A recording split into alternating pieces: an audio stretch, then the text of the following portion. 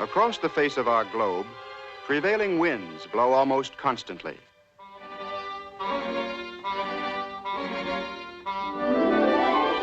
These are the trade winds, and in the age of sailing ships, they pushed many a precious cargo over the seas. And yet no treasure ship could hold the priceless cargo the winds themselves carry. For these air currents bring clouds to the land areas and life-giving rainfall. Sometimes, however, the winds meet with a natural barrier. Along the western edge of North America, the Sierra Nevada and Cascade Mountains rise like an enormous granite wall and keep the rain-bearing clouds from reaching a large portion of the continent. The highest point in the United States is found in this range, Mount Whitney, towering nearly 15,000 feet above sea level. Here in the shadow of this majestic peak, the wasteland begins.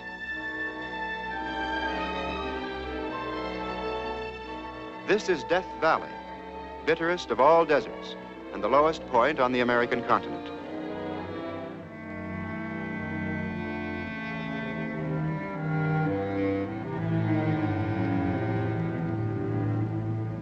Once this valley lay beneath the sea, and as the ancient waves receded, they left an ocean skeleton, deposits of salt that still stretch for miles. But this desolate basin is only the beginning of the great American desert. From the vicinity of Death Valley, it reaches to the plains of Texas, and from a corner of Oregon deep into Old Mexico. For the granite blockade of the Sierras has created one of the largest deserts in the world. The eternal desert, incredibly ugly, yet fantastically beautiful, seemingly without purpose, without meaning, without life. In part, it's a place of silence, Monument Valley.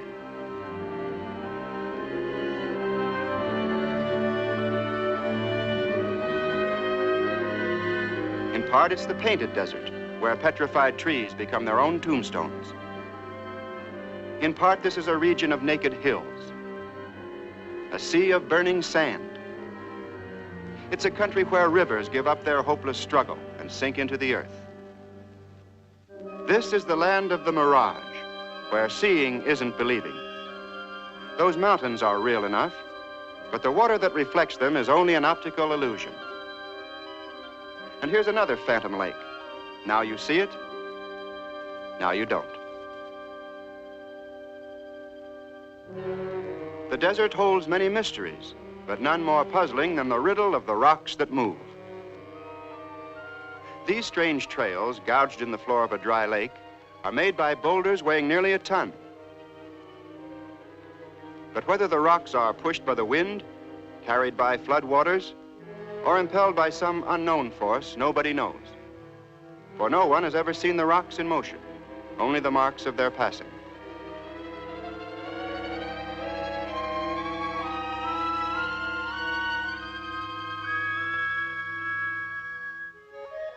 Part of the desert's endless panorama is the Salton Sea, itself the remainder of an ancient ocean. And here are scenes that come from the time of creation. Along these shores, pent-up gases bubble and boil like seething cauldrons. Nature's symphony of the mud pots.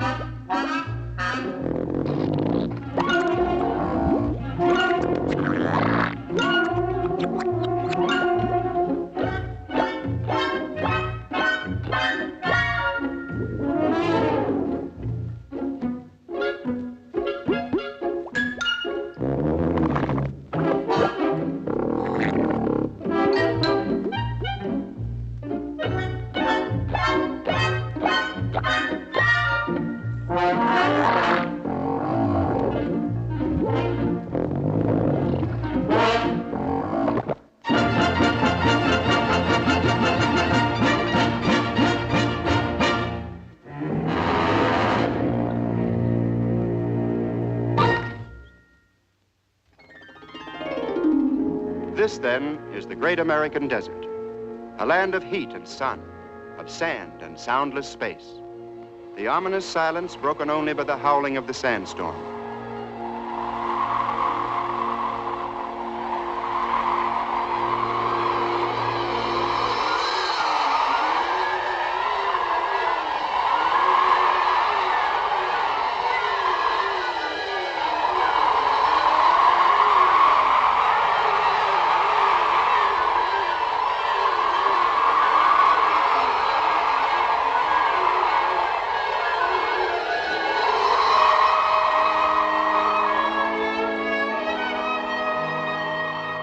How anything can live in this harsh region remains a mystery to most of us. And yet where we find only a dead and desolate wasteland, nature finds life.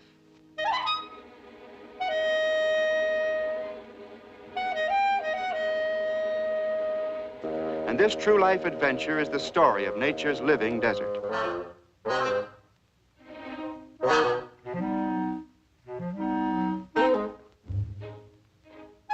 It's the ancient drama of the struggle for existence. And for the most part, life here is a bit on the grim side.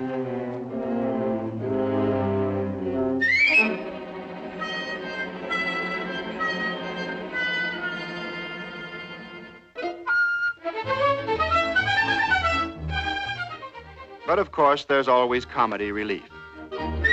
This character, for instance, is an odd bird for sure. He's the roadrunner. So called because he'd rather walk than fly. A nosy fellow, completely lacking in manners, he has a habit of pecking at anything lying around loose, such as the tail of a garter snake.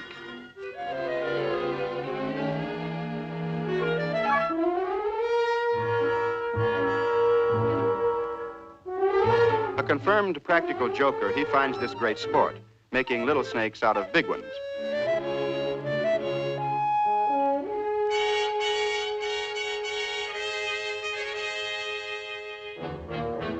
At the residence of Mrs. Tarantula, it's always open house.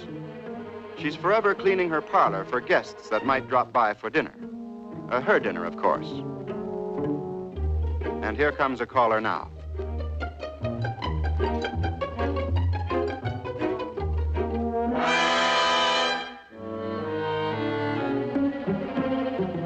This lethal lady is one of the leading actors in our drama.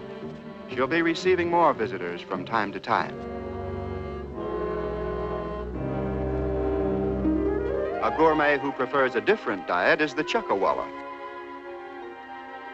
These little fellows are strict vegetarians, diminutive dinosaurs who dine on daisies.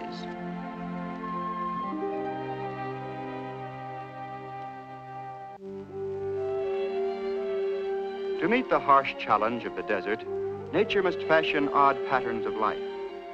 And with the spiny cacti, her creations approach the realm of fantasy.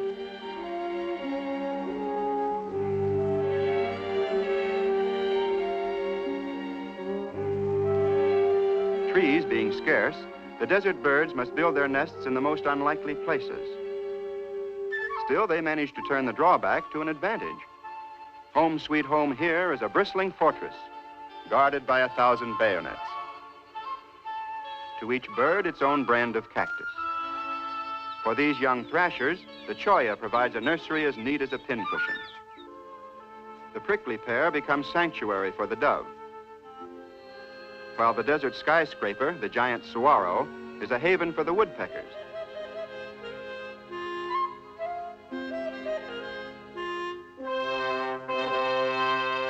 Here, too, the red-tailed hawk chooses her nesting place. On the living desert, nature delights in the unexpected. Sometimes, in the very heart of the wasteland, an underground stream will reappear.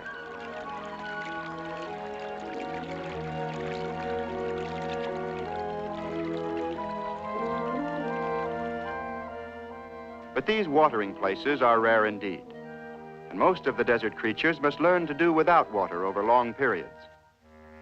The tortoise is lucky. He manufactures his own, using the special equipment nature has given him.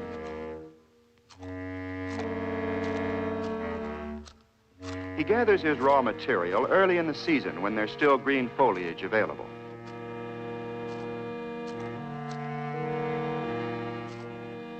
By internal chemistry, he converts the leaves into clear liquid, which he stores beneath his shell.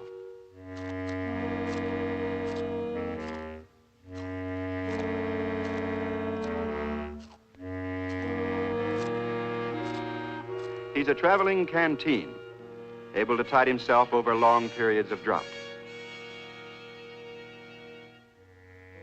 Another piece of special equipment that makes life a little easier is the skid under the tortoise's chin. It helps him over the rough places.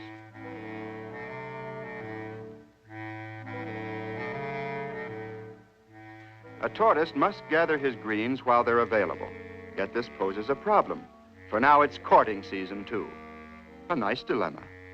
Stay a bachelor at the waterworks or chase after the women and maybe die of thirst? A coy glance from the sidelines soon settles that question. The bashful male begins his courtship as a nodding acquaintance.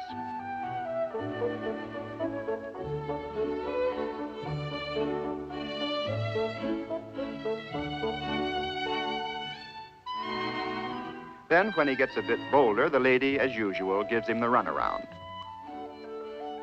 After all, every female wants a choice in the matter. At the proper moment, in the proper tradition, the rival enters.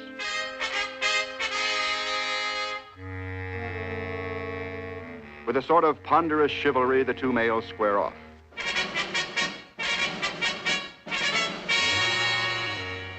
Two knights in armor, ready to battle for the lady fair. But first, they agree on the tournament rules.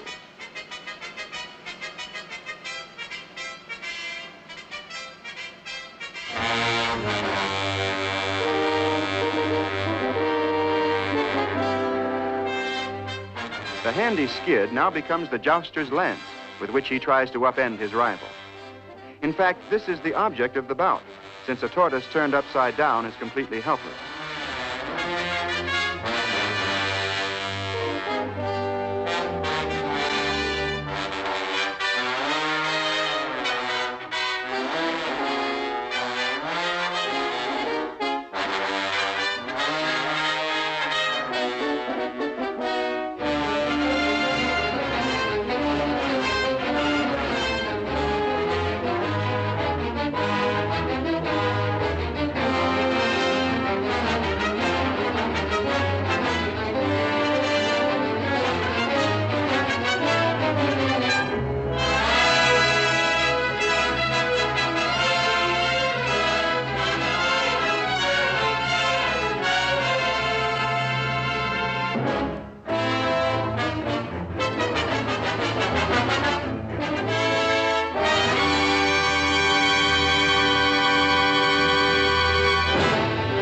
Finally, it's tortoise turned turtle.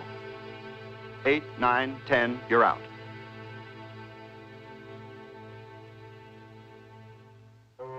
He's not only lost his dignity, he may lose his life. Vulnerable to heat prostration, he must right himself immediately or die of sunstroke. The winner, meanwhile, claims the lady fair, totally unconcerned with the plight of his opponent.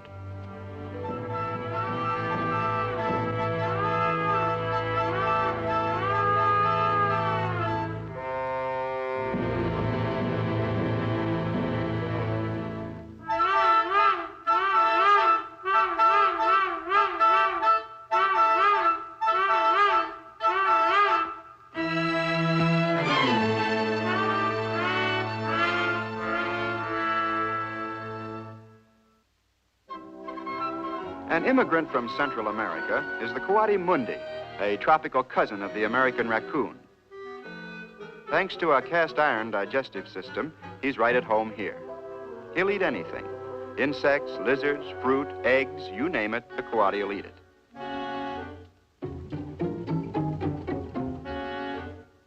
What's more, nature made him almost completely immune to the deadly sting of the scorpion. And so he often adds this spicy tidbit to his daily diet.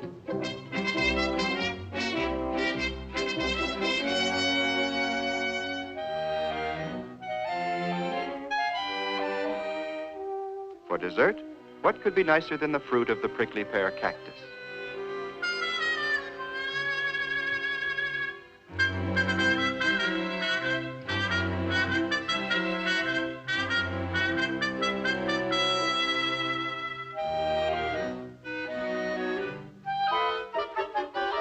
The coatis are by choice tree dwellers and often make their homes in hollow logs found along the dry washes.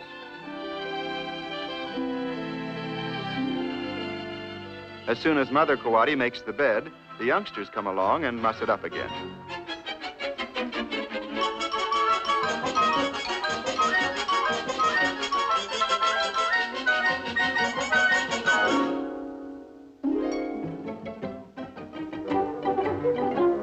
Playful, fun-loving, these little rascals aren't as innocent as they look. For coatis are born bandits, even to the masks on their faces. Since egg stealing is their favorite pastime, they're a constant threat to unguarded nests. Working like professionals, the second-story men make off with the loot. And Mrs. Vulture arrives just a little too late to save her eggs.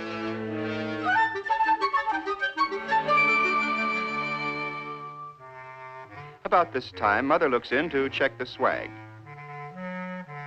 and is quick to cut herself in. Meanwhile, this junior burglar finds he forgot to steal the combination.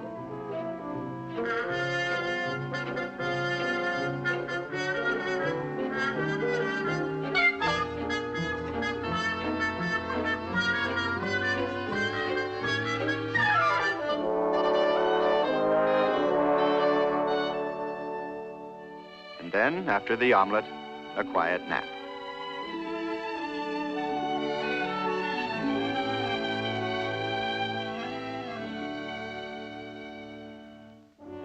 These wild pigs are called by several names: javelinas, peccaries, but their real name is trouble, for they're one of the most ferocious animals on the American continent. They travel in groups, especially when accompanied by young.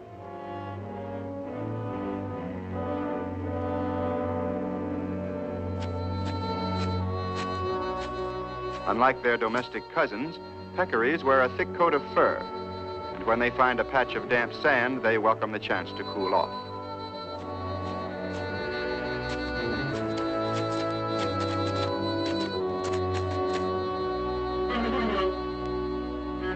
In her desert drama, nature knows neither hero nor villain.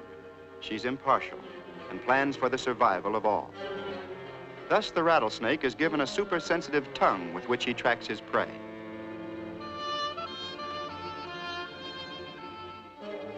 Even the faintest scent left in the sand will guide him unerringly along the trail.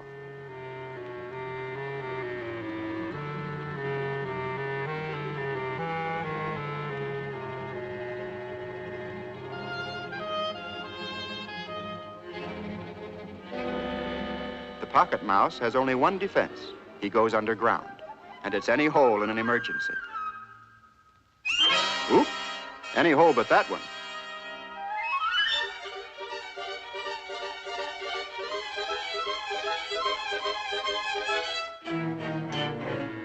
Hot on the scent, the rattlesnake sticks to the trail. Wherever it leads, he follows. Uh-oh, the tarantula and the rattler. Two of a kind. The snake isn't to be bluffed out of a meal. He's sure the mouse is in that hole. The spider is sure he isn't. While the party in question would rather dig than debate.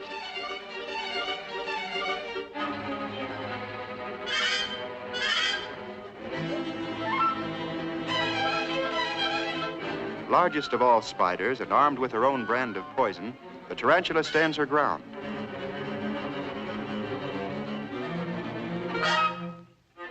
And oddly enough, the rattlesnake backs down first. It's a standoff, and nobody wins. Nobody, that is, except the little mouse who wasn't there. The scent cold, the trail's lost. And this time, a desert killer has been outwitted by everybody.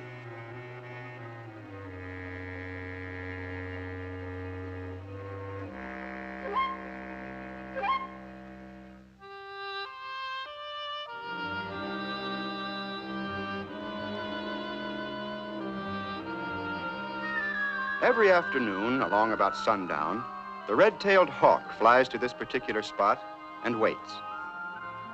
For here occurs a phenomenon that's as regular as clockwork.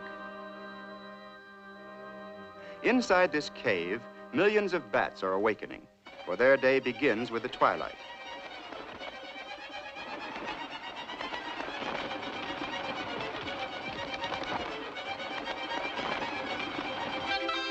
Bats are the only flying mammals. This species lives exclusively on insects, and so helps nature keep the pest population under control.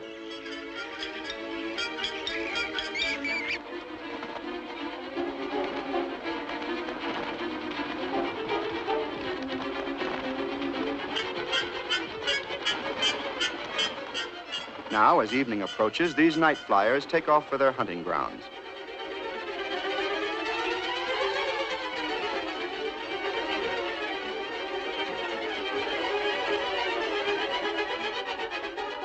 To navigate in the dark, bats use a form of radar. Their high-pitched squeaks bounce off solid objects to become the echoes by which they guide themselves.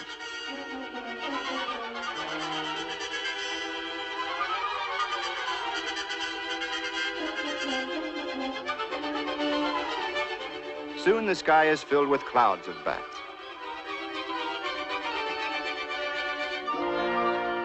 And this is what the hawk has been waiting for. She draws a bead on half a dozen or so, and down she goes. A clean miss. Oh, well, maybe she forgot to allow for the wind. This time she checks elevation, drift, diving angle, and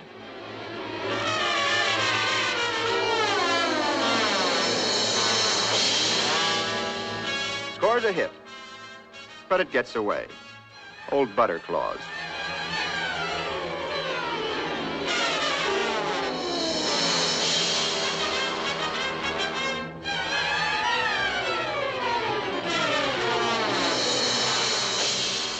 Was ever a bird so frustrated?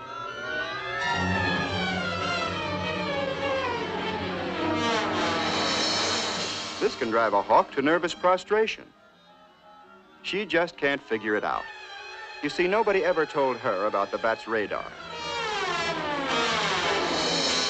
Frantic now, she'll try anything, even a collision course. To her surprise, it works. And a mighty small reward for such a prodigious effort. To nature, the loss of one bat, or even 1,000, is really no loss at all. This winged column streams into the sky until long after the sun has gone from the scene. The nighttime wonders of nature's living desert more than match the wonders of the day. The desert waterhole in particular attracts an odd assortment of nightlife. Here the toads find a hunting ground especially to their liking.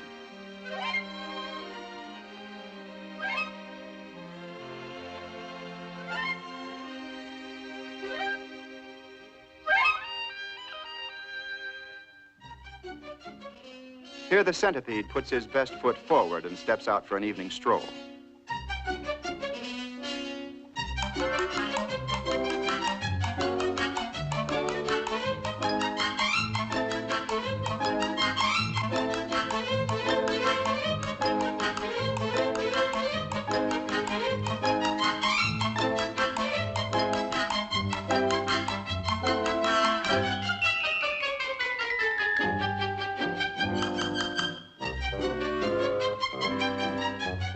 Suddenly, he finds he's wandered down a dead-end street.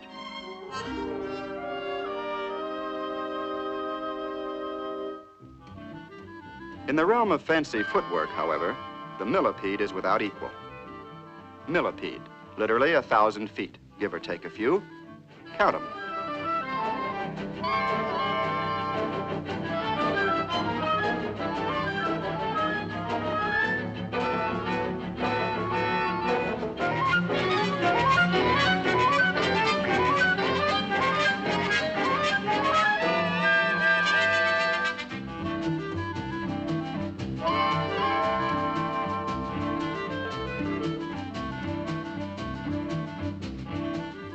Uh-oh. Looks like a bad night for pedestrians. but not this one. Nature gives the millipede an unpleasant odor guaranteed to make him completely spider-proof.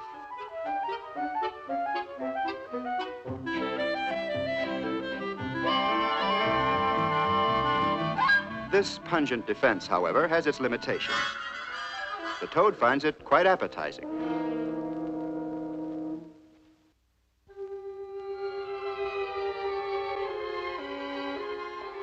Whenever the moon casts a spell over the living desert, the goblins appear. In this case, it's an elfin owl. From her doorway, she watches a strange ballet in the moonlight. Like a creature bewitched, the burrowing snake performs his serpentine solo.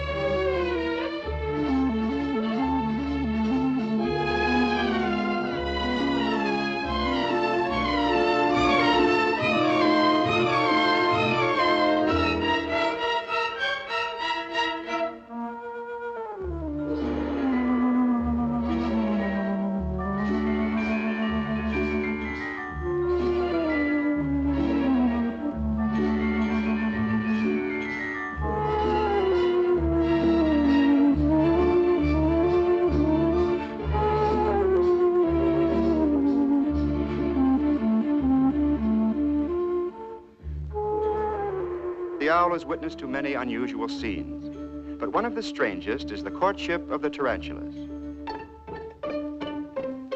The male comes calling like any lovesick Romeo and knocks on the female's door.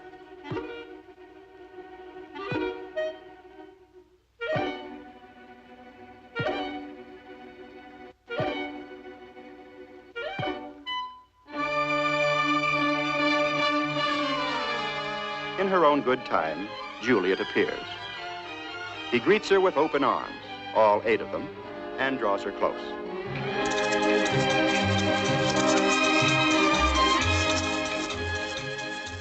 The lady takes her cue and swoons. A bit theatrical, perhaps, but it's a technique that always works, even with tarantulas. But the owl hasn't seen any partner, so he digs one up. Being native Westerners, the scorpions favor the lively rhythms of the square dance. The amorous mood of the evening seems to be catching. For now, the longhorn beetle in formal attire decides to drop in on the lady downstairs. What a charming smile she has, and such magnificent mandibles.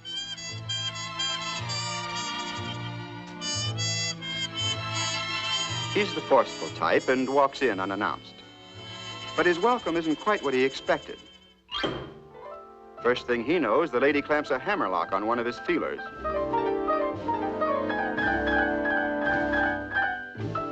And then she begins to gnaw on his leg, merely her way of hinting that she's already going steady. And by the coincidence which is usual in romantic farces, here comes the boyfriend now.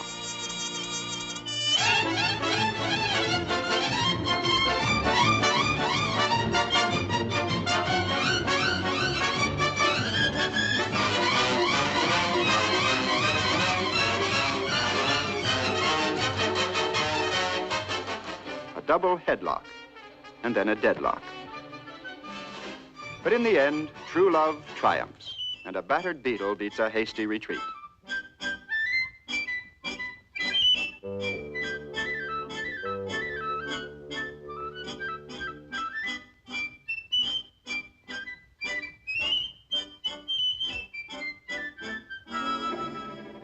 After what he's been through, this lad's in no mood for nonsense, not even from tarantulas.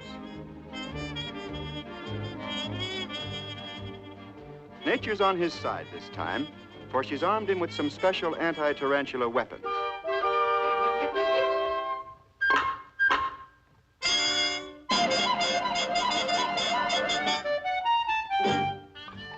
And when when they finally part company, the spider's left with a new respect for beetles.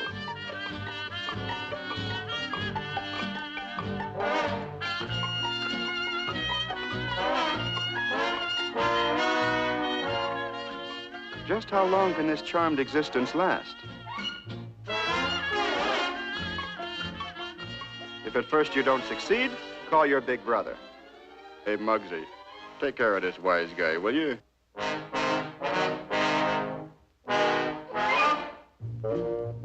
Big toad bites little beetle. Little beetle bites big toad on the tongue. Ouch!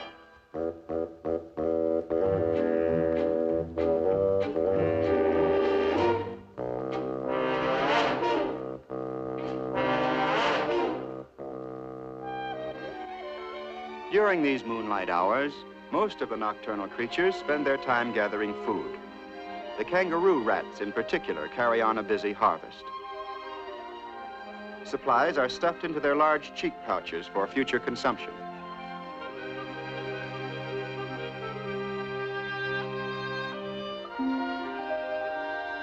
When pouches are filled to capacity, some of the gleanings must be buried.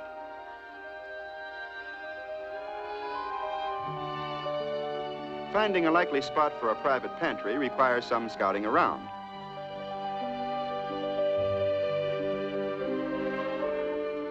In the process, some mighty odd things turn up, such as a belligerent horned toad.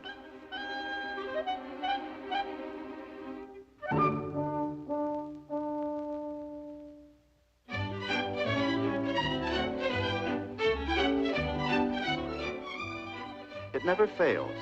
Whenever you want a little privacy, there's always somebody looking over your shoulder. The nosy neighbor. He minds everybody's business but his own.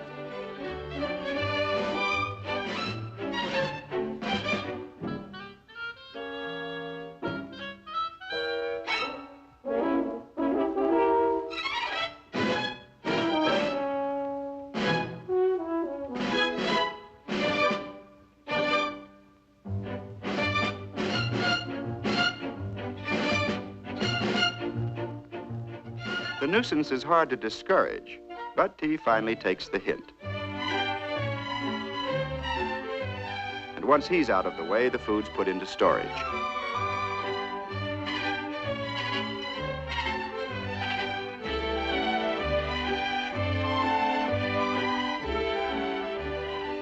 These little fellows have some rather unusual habits. They practically never drink water, but like the tortoise, manufacture it inside their bodies. And for a bath, what could be better than good, clean sand?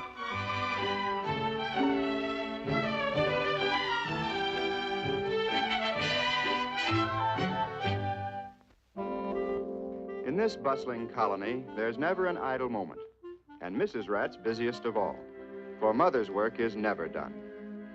She's nurse, housekeeper, and provider. A mother with babies to feed is constantly on the move, and she must often travel considerable distances to find seeds. With all her responsibilities, Mrs. Rat is extremely cautious and quick to hide at the slightest sound.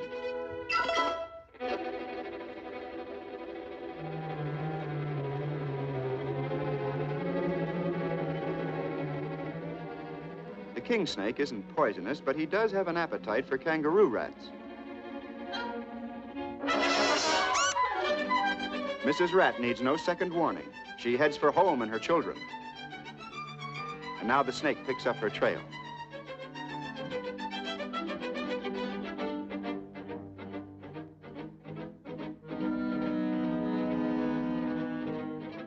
In this crisis, Mother Rat has a plan, but she must work fast.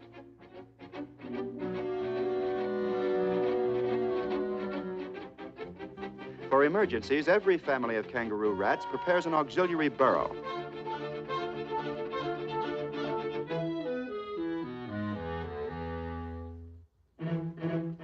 On her second trip, she barely manages to slip in the back door as the enemy enters the front.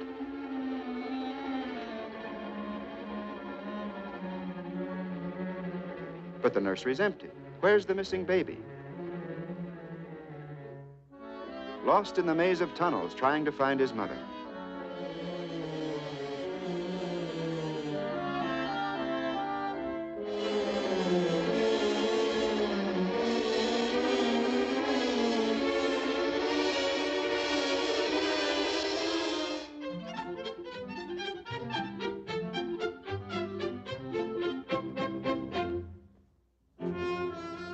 Still on the trail, the snake heads for the second burrow.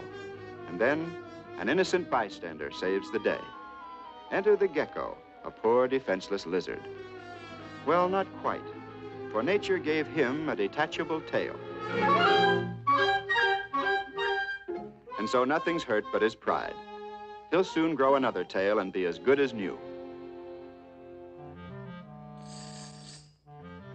This odd pattern in the sand is made by the sidewinder, or horned rattlesnake.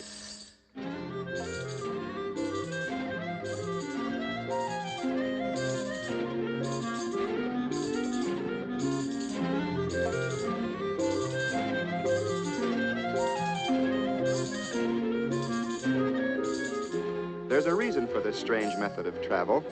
It gives the sidewinder traction in soft sand where other snakes won't go. Thus, nature provides him with hunting grounds all his own. A formidable hunter, he leans strongly toward a diet of lizards and rodents.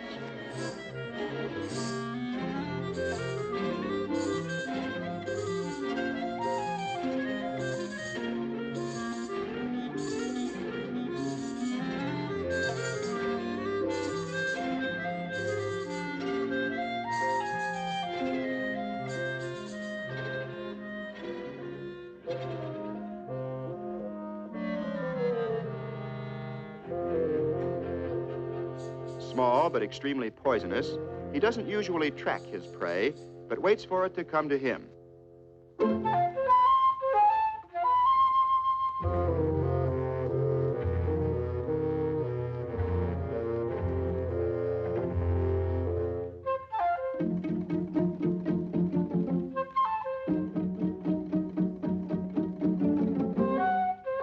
Yikes! In the face of such a potent enemy, most intended victims take to the hills, but not the rat. He takes the offensive. And his favorite weapon is a homemade sandstorm. Against this stinging barrage, the rattler has practically no protection. His eyes especially are vulnerable. They have no lids, only a delicate covering over the pupils. He can't even squint.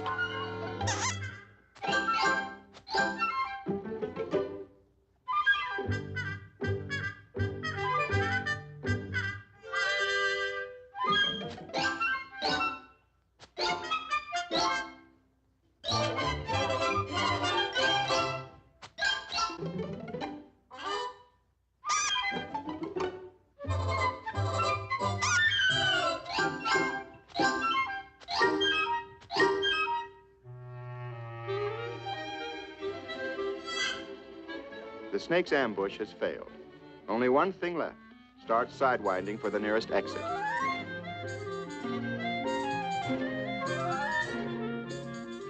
Now the enemy's in full retreat, everybody wants to claim a share in the victory.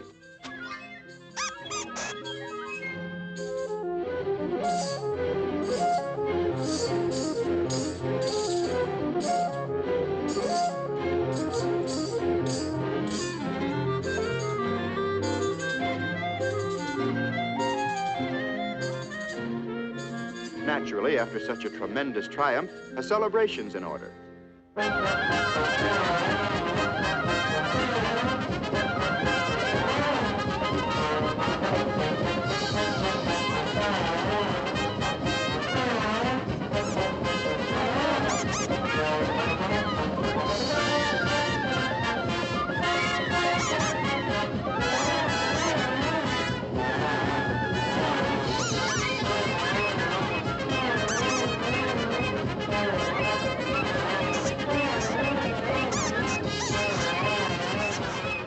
Then, in typical human fashion, the affair degenerates into a brawl.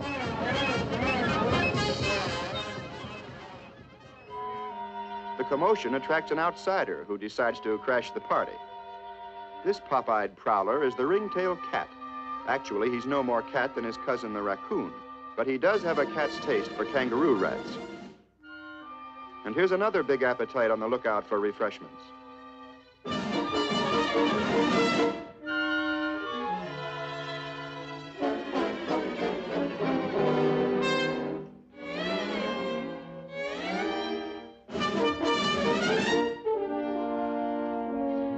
The squabbling rats are about to learn one of nature's oldest laws. A single moment off guard can be your last. It's a lucky rat who gets away to live perhaps another day.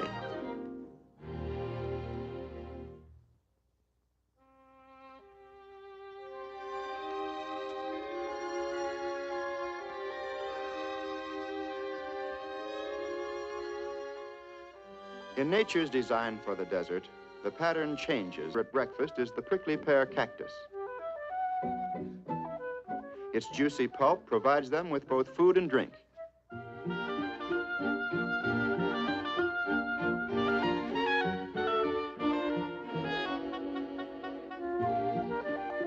They're also fond of leaves and seed pods. Breakfast often lasts all morning, unless there's an interruption. It's old Nosy Parker, the road runner.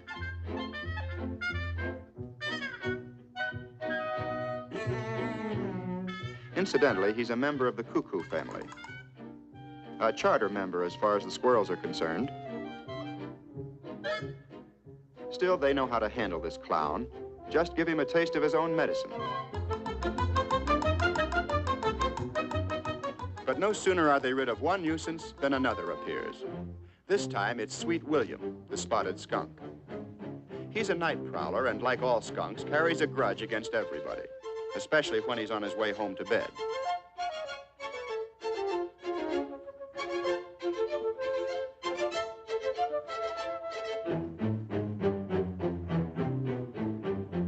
And whenever he's around, somebody smells trouble.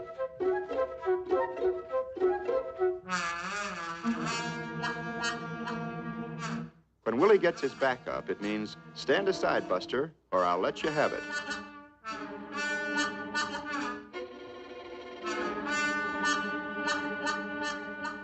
There's not much a squirrel can do about this. Wow. When he's had it, he's had it.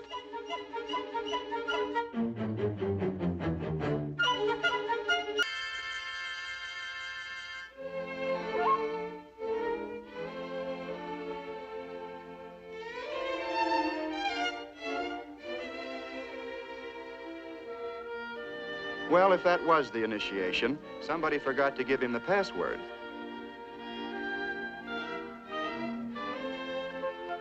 Suddenly, Skinny and his problems are forgotten.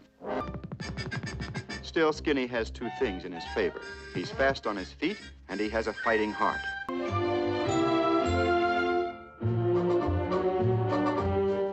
Hey, who's rocking the rock? Well, it's the tortoise.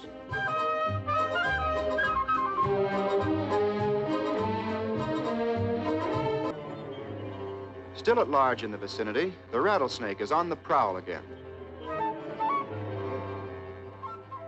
So far, this killer seems to have had his own way. But there are a few creatures who dare to challenge him, and one of these is the red-tailed hawk. And so this time, even as the rattler stalks his...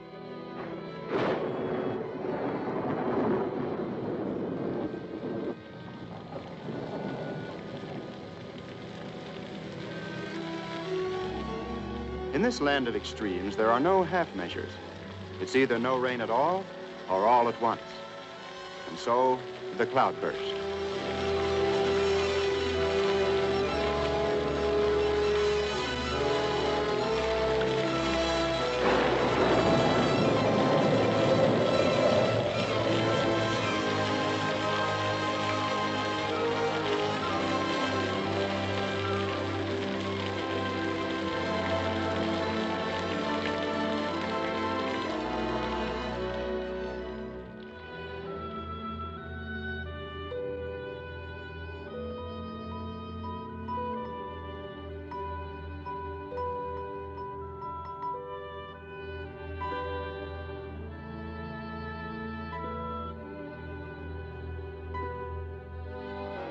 Almost as suddenly as they came, the torrential rains disappear. And yet more violent than the storm itself is the aftermath. For now, Miles away, where the desert lies silent, untouched by the cloudburst, an ominous rumbling is heard. It seems to come from all the canyons at once. Suddenly, from out of nowhere, a wall of water on the rampage, the flash flood of the desert.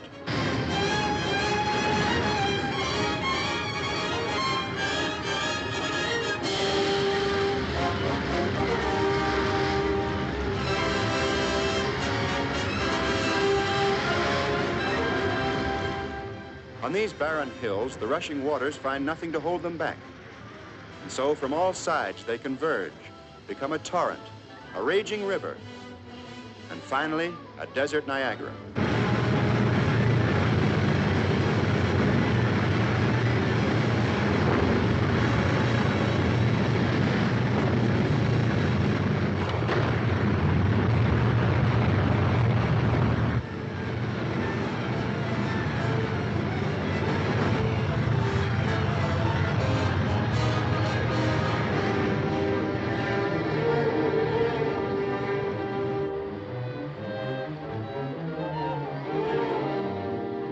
In all these endless miles of space, the lost river has nowhere to go. Soon it dissipates its strength. Its currents fan out on the flats. Water mixes with earth, until only a river of liquid mud remains.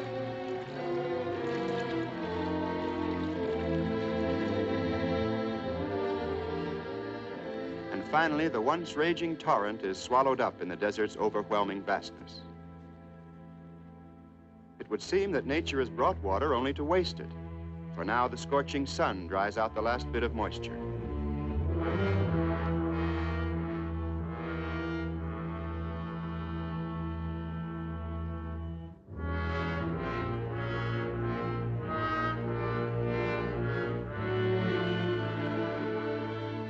Yet this is only the surface. Moisture seeping through the desert floor has awakened dormant seeds.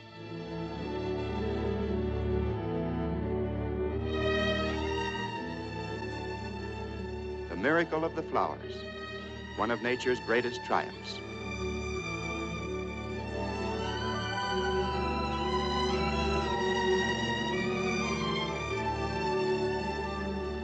In this floral galaxy, the desert wildflowers display their blossoms in almost endless variety.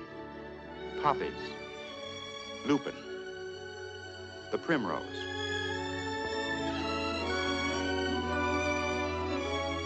And in even the tiniest plants, the surge of new life is strong.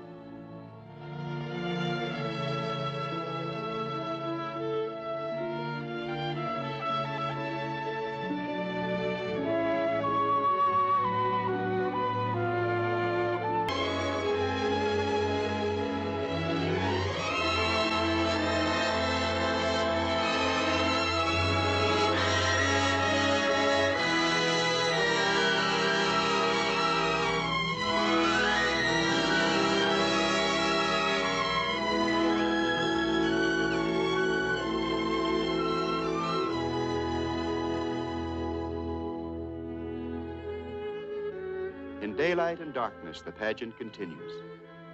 Now, the night-blooming cereus passes through its full cycle in a single night, from bursting bud to full-blown flower.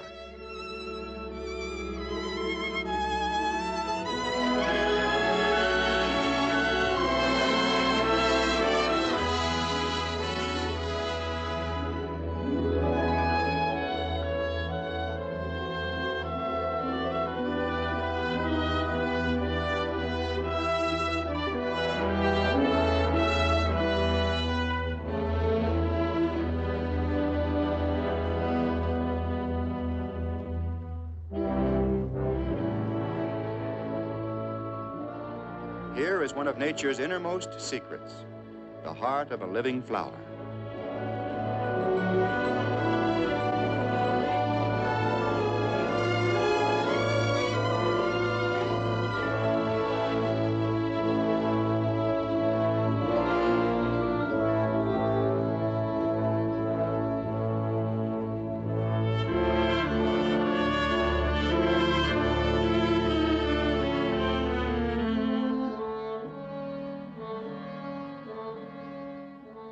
the flower fades and withers away.